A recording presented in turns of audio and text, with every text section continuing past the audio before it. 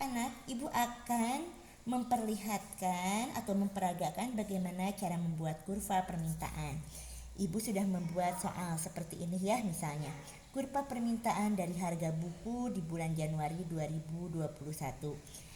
Ini permintaan, ingat, ada di konsumen atau pembeli. Harganya Rp5.000, maka jumlah buku yang diminta itu ada 30 buah. Harganya Rp10.000, jumlah buku yang diminta ada 20 buah. Dan harga buku Rp15.000, jumlah buku yang diminta nanti akan hanya 10 buah. Kita mulai cara membuatnya. Langkah pertama, kalian buat dulu garis vertikal dari atas ke bawah. Siap? Ya, seperti ini, dari atas ke bawah. Garis vertikal ini yang disebut dengan garis P atau price atau harga. Kemudian setelah itu kalian buat garis yang horizontal. Nah, garis horizontal ini nanti yang kalian sebut sebagai garis kuantiti atau jumlahnya. Nah, kita buat ya.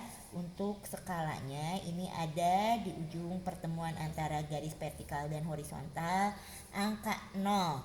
Nah, vertikal ingat harga, nanti skala harus sama. Kalau perbandingannya tiap per 5.000, maka seterusnya pun per 5.000 ya nak ya, jangan asal. Ya, kita coba. Ini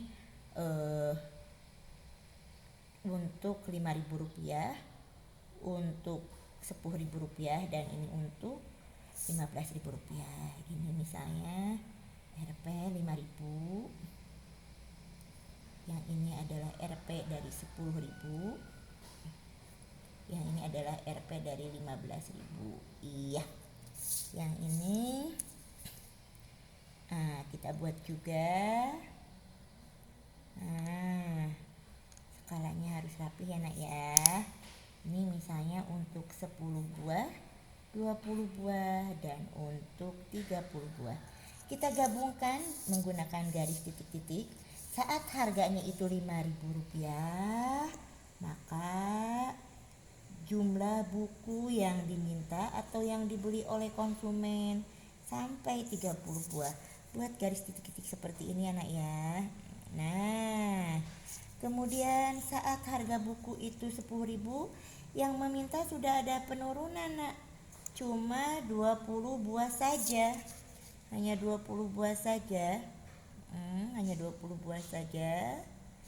Kemudian saat harga buku itu Rp15.000, maka yang membeli atau permintaannya hanya 10 buku saja karena dianggap terlalu mahal oleh kalian. Kemudian gabungkan. Nah ya, gabungkan seperti ini di titik-titiknya, di titik-titik pertemuannya digabungkan. Iya. Nah, ini adalah permintaan. D itu demand itu artinya permintaan dalam bahasa Inggris ya. Jadilah ini sebagai kurva permintaan. Kita lanjut sekarang kepada kurva penawaran. Kurva penawaran yang Ibu berikan contohnya harga buku di bulan Januari tahun 2021. Saat harga bukunya Rp5.000, maka jumlah yang ditawarkan hanya 10 buah saja. Saat harga bukunya Rp10.000, yang ditawarkan ini sudah mencapai 20 buah, semakin meningkat. Dan saat harga Rp15.000, yang ditawarkan 30 buah.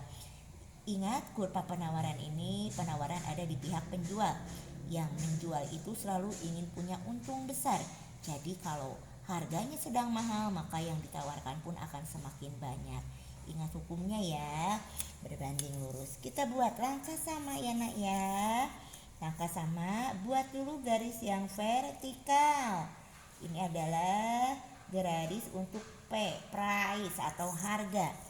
Kemudian buat garis yang horizontal. Nah, seperti ini ya.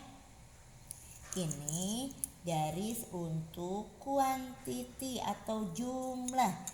Kita buat lagi seperti tadi, ada angka 0 di pertemuan garis vertikal dan horizontal atau di garis price dan kuantitas. Kita buat lagi untuk price, kita tuliskan harganya, skala sama juga, dari mulai Rp5.000. kemudian 10.000, iya, kemudian 15.000, iya. Kemudian ini untuk untuk jumlahnya ya, kualitas atau kuantitas yang diberinya, jumlah yang dibeli.